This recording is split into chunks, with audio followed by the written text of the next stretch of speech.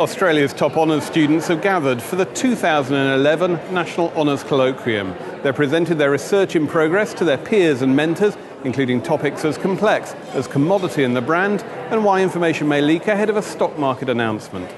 I've come from Monash University to UNSW for the colloquium. I'm presenting my paper on information leakage around equal access off-market share buybacks. I'm looking at abnormal trading volumes immediately prior to the announcement date of buybacks and trying to determine whether this abnormal trading is driven by information leakage about the buyback. What makes buybacks in Australia really interesting to study is that they're tax motivated as opposed to repurchases in the US and in other countries. So I'm trying to find out whether this trading is related to information leakage prior to the buyback, and also whether this tax motivated trading is actually an argument that does hold statistically. We are here today for the National Honours Colloquium, which is presented by the Australian School of Business at the University of New South Wales. This brings together the best and the brightest honours students from around Australia. I'm an economics honours student and I'm at UNSW.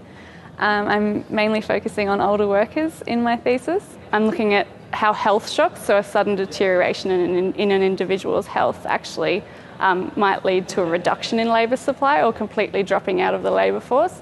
And so I'm trying to identify if there are policies and particular groups we can aim policies at to stop these health shocks from causing a reduction in labour supply of these older workers. The National Honours Colloquium has been running now for over 10 years, and it is a showcase event on the research agenda, and we're very pleased with the quality of the candidates we get coming through. I'm from the Australian National University in Canberra, and my research is looking at the role of the brand in commodity product preferences. I'm intrigued as to why consumers, in the case of bottled water, would buy Evian over a home brand alternative and why they're willing to fork out that extra money.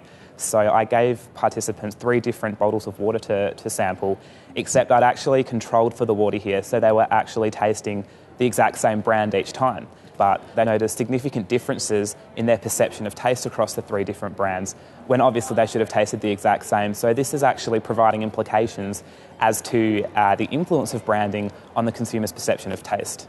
So we've got about 14 universities represented here, and students from those universities are interested in many, many different aspects of business and the problems facing business today. But in all cases, the quality and the thoroughness of the work is truly remarkable. I'm looking at how firms manage their cultural change process when they're internationalising for the first time. So I'm actually looking at a specific case study of a Malaysian firm that has come to Australia. They're based in a country which is developing, they've got a lot less regulations than in Australia, and then it's a big cultural change for them coming here. It fascinates me that people who have such different backgrounds can still manage to get together and not offend each other and have a business operation take place. So even in this huge marketplace that we're in, personal relationships and networking is still really important.